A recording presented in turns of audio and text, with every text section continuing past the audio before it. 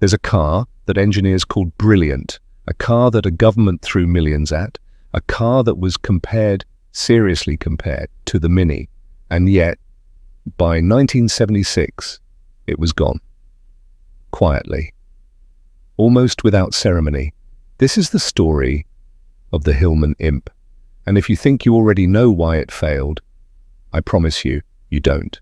Because the real story isn't about bad engineering. It's about bad decisions made by powerful people who should have known far better. And the cost was paid by everyone else. Let's go back. Way back. By the late 1950s, Britain's roads were changing. The Austin Mini had just landed, Alban, 1959, and it rewrote what a small car could be. Practical, affordable, clever.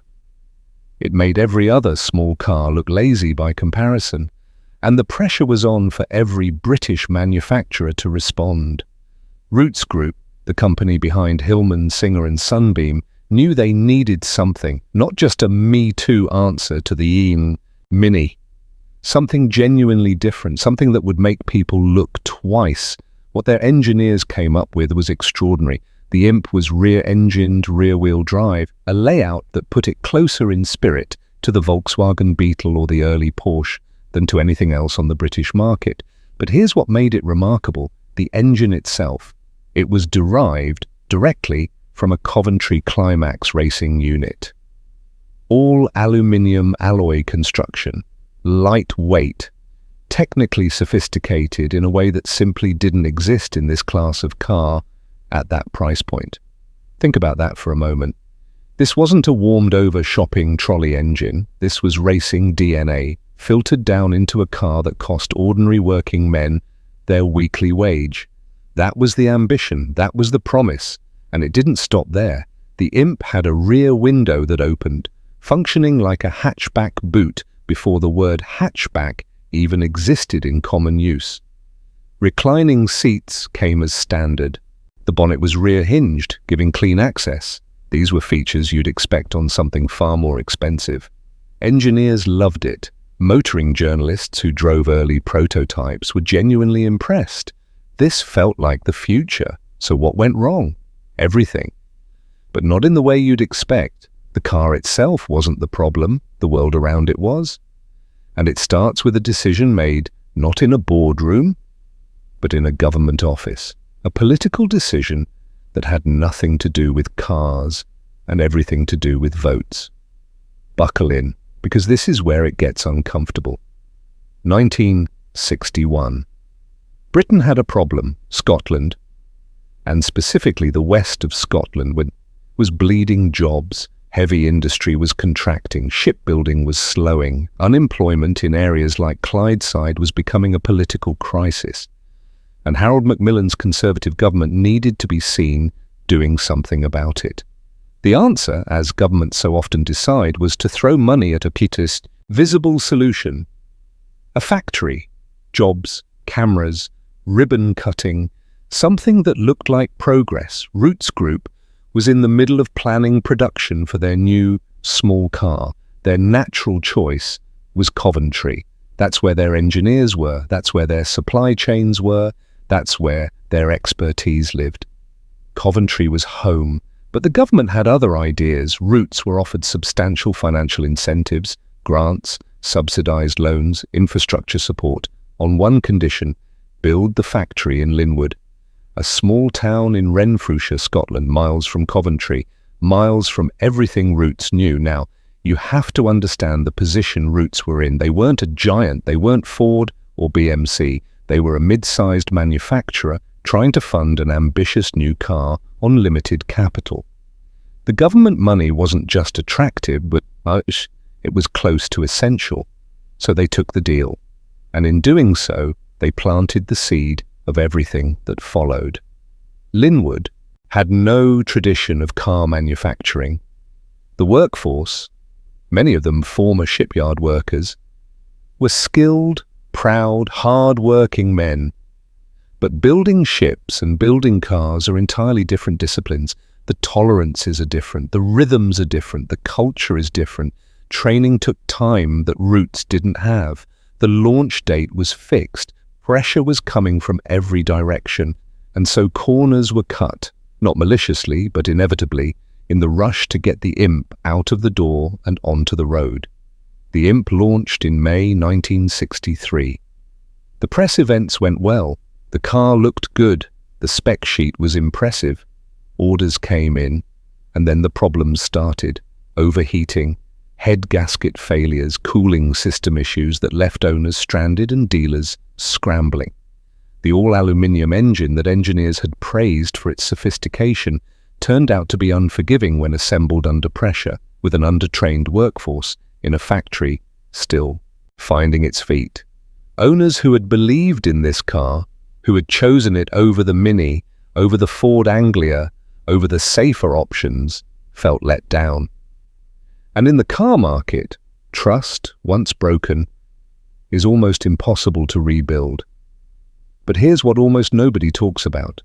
The engineering fixes existed, Roots knew what needed correcting, the solutions were on the table. The question was whether anyone would pay for them, and who was actually in charge now.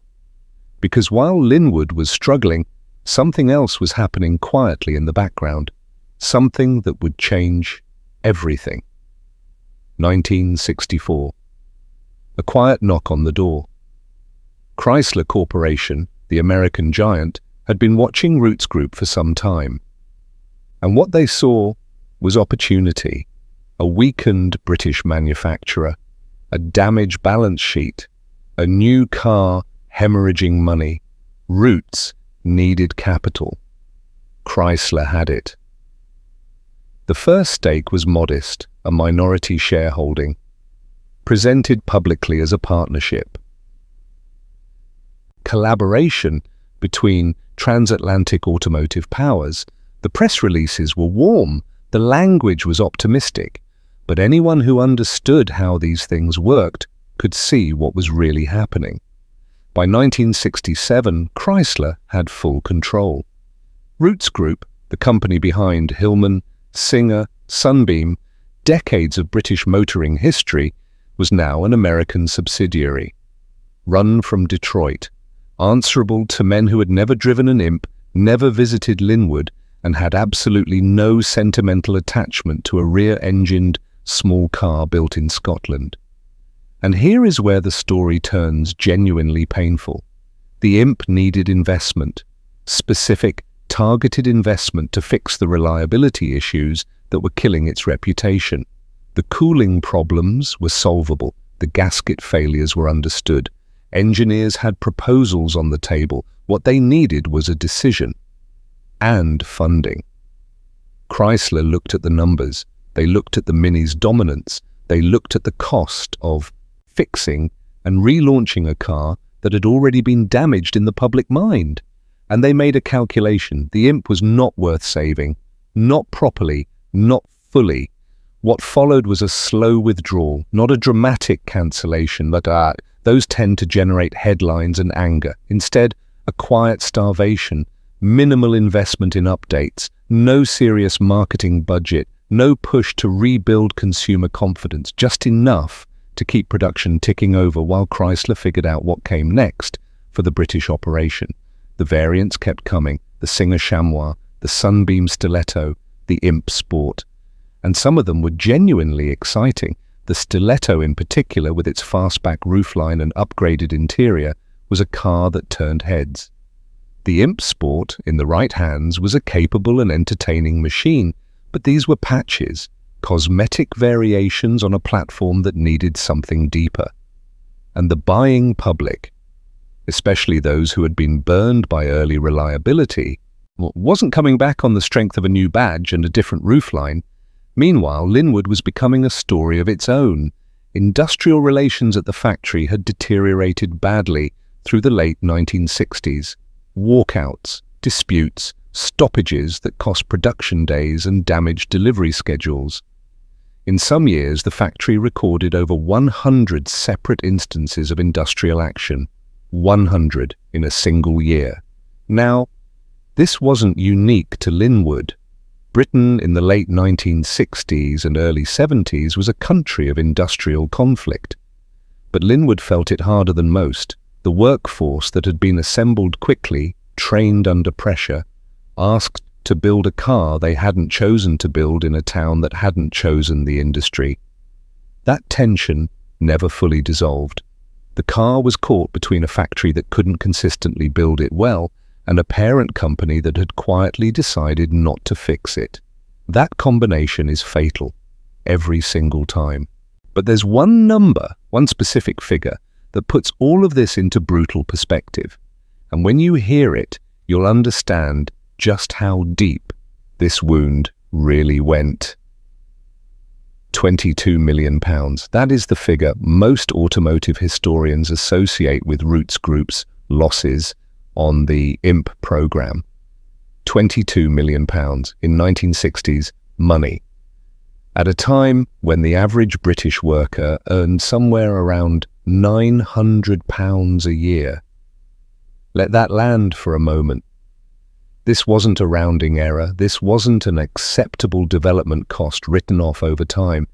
This was a wound so deep it weakened the entire Roots Group, made them vulnerable, made them desperate, and ultimately made Chrysler's takeover not just possible, but almost inevitable. The Imp didn't just fail on its own terms. Its failure helped dismantle the company that built it. And the cruelest part? The engineering was sound. This is the part that serious motoring historians come back to again and again. When the Imp was built correctly, when the tolerances were right, when the assembly was careful, when the cooling system was properly set up, it was a genuinely impressive small car. Road testers who got well-sorted examples wrote about it with real enthusiasm. The handling was considered superior to the Mini in certain respects. The all-alloy engine, when healthy, was a smooth and willing unit. Racing proved it. The Imp was campaigned competitively in British club racing throughout the 1960s and into the 70s. In the right hands, on the right circuit, it was quick, nimble, and remarkably capable. The Imp Sport and the work-supported rally cars demonstrated what the platform could do when properly developed. This was not a bad car. This was a good car, built badly, supported poorly, and abandoned strategically.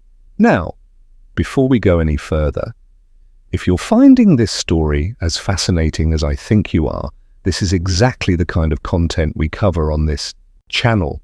Real history, real decisions, the stories behind the cars that shaped the world you grew up in. Hit that subscribe button right now so you don't miss what's coming. And if this story is bringing back memories, maybe you knew someone who owned an Imp, maybe you drove one yourself, drop that in the comments below. I read them. And share this with a friend who loves classic British cars. They'll thank you for it. Now, back to Linwood. By the early 1970s, the writing was visible to anyone willing to read it. Chrysler's British operation was struggling across the board. The Avenger was their main hope, a conventional front-engine, rear-wheel drive family car that felt safer, more familiar, easier to sell. Resources followed the Avenger. The Imp followed the other direction. Production continued. Variants were trimmed. The Singer Chamois disappeared in 1970. The range consolidated. And the cars that did leave Linwood in these final years were, by many accounts, more consistently built than the early examples. Bitter irony. The factory had finally found its rhythm just as the decision to close the chapter had already been made. 1976. The last Hillman Imp rolled off the Linwood production line. No fanfare, no commemorative edition, no final celebration of what the car had attempted to be. Just silence. And a factory that would itself close entirely in 1981, taking thousands of Scottish jobs with it. The total production run across all variants reached approximately 180,000 cars over 13 years, a number that sounds reasonable until you consider what had been spent, what had been promised, and what had been lost. But here's what that number doesn't tell you. Here's what the sales figures and the balance sheets cannot capture. The Imp left something behind, something that quietly refused to die. And in the world of classic cars today, that something has only grown stronger. Some cars fade, they sell poorly, they stop production, and within a generation nobody remembers them. They become footnotes, trivia questions, names on a list. The Imp didn't do that. Something unexpected happened in the decades after 1976. A quiet, stubborn, deeply British thing. The people who had loved the Imp, really loved it, not just owned it, refused to let it disappear. Clubs formed, parts were sourced, fabricated, kept alive. Enthusiasts who had grown up wrenching on Imps in their parents' driveways became the custodians of a mechanical legacy that the industry had abandoned.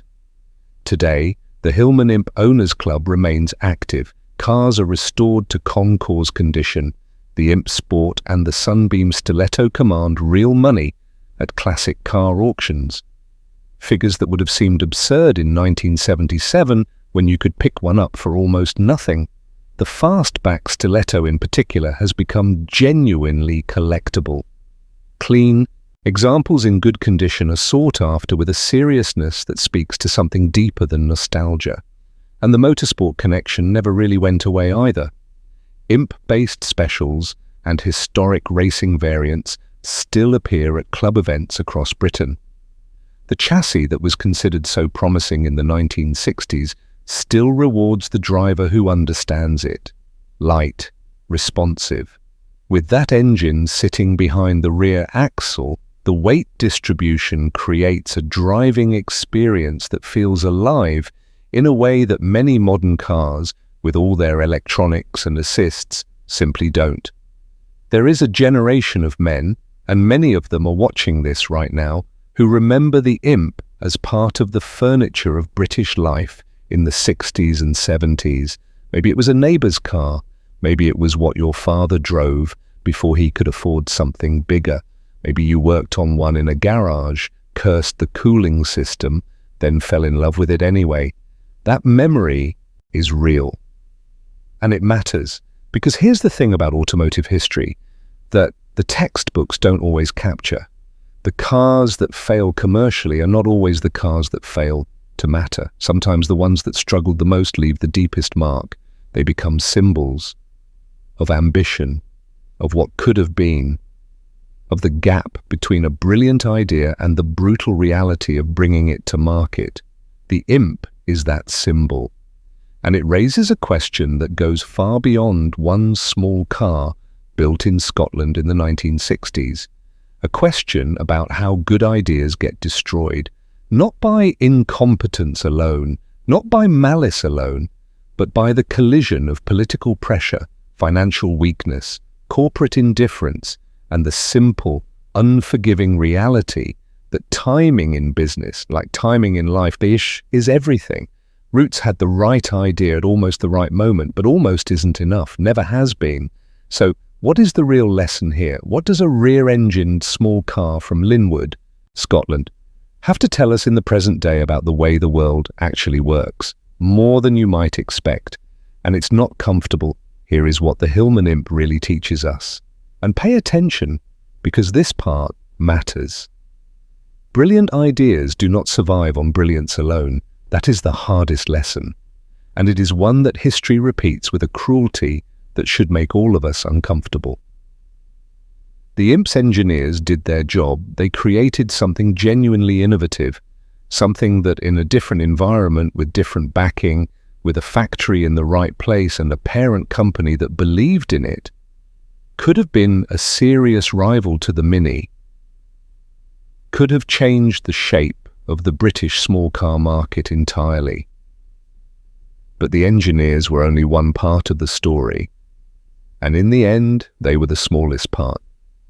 The government that pressured Roots into Linwood was not thinking about cars, it was thinking about votes, about unemployment figures, about how a factory opening in Scotland would play in the newspapers.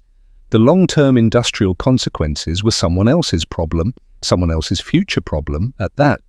The executives at Chrysler who inherited the Imp were not thinking about British motoring heritage.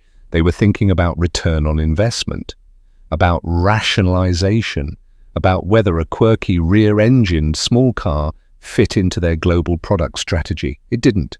So it was managed toward an exit, slowly and without drama. And the men on the Linwood production line and the ones who built these cars with their hands, they were caught in the middle of decisions made far above them, in offices they would never visit, by people who would never know their names. That is not ancient history. That pattern, the brilliant idea undermined by politics, starved by corporate indifference and paid for by ordinary working people, is as current today as it was in 1963. You have seen it. You know it. You have probably lived some version of it. The Imp deserved better, not as sentiment, as a statement of fact. Given proper funding, a suitable factory, consistent quality control, and a parent company willing to fix what needed fixing, this car had the bones to compete. The motorsport results proved the chassis. The enthusiast community proved the loyalty. What was missing was never the car. What was missing was the will to do it properly from the people with the power to make that choice. And that, more than any overheating engine or failed head gasket, is what killed the Hillman Imp. So if you grew up in Britain in the 60s or 70s, and you remember seeing one of these on the road, that small, slightly odd, quietly ambitious little car, now you know the full story. Not just that it failed, but why, and who made the decisions that ensured it would. Remember that the next time someone tells you a good idea speaks for itself. It doesn't. It never did. It needs the right people in the right place making the right calls. And when those things don't align, even the brilliant ones disappear. If this video gave you something to think about, hit that like button. It genuinely helps this channel reach more people who care about real history told straight. Subscribe if you haven't already. We cover the stories behind the machines, the decisions, and the people that shaped the world you grew up in. And leave a comment below. Tell me if you ever rode in an Imp, owned one, or knew someone who did. Those stories are worth keeping. Thanks for watching. I'll see you in the next one.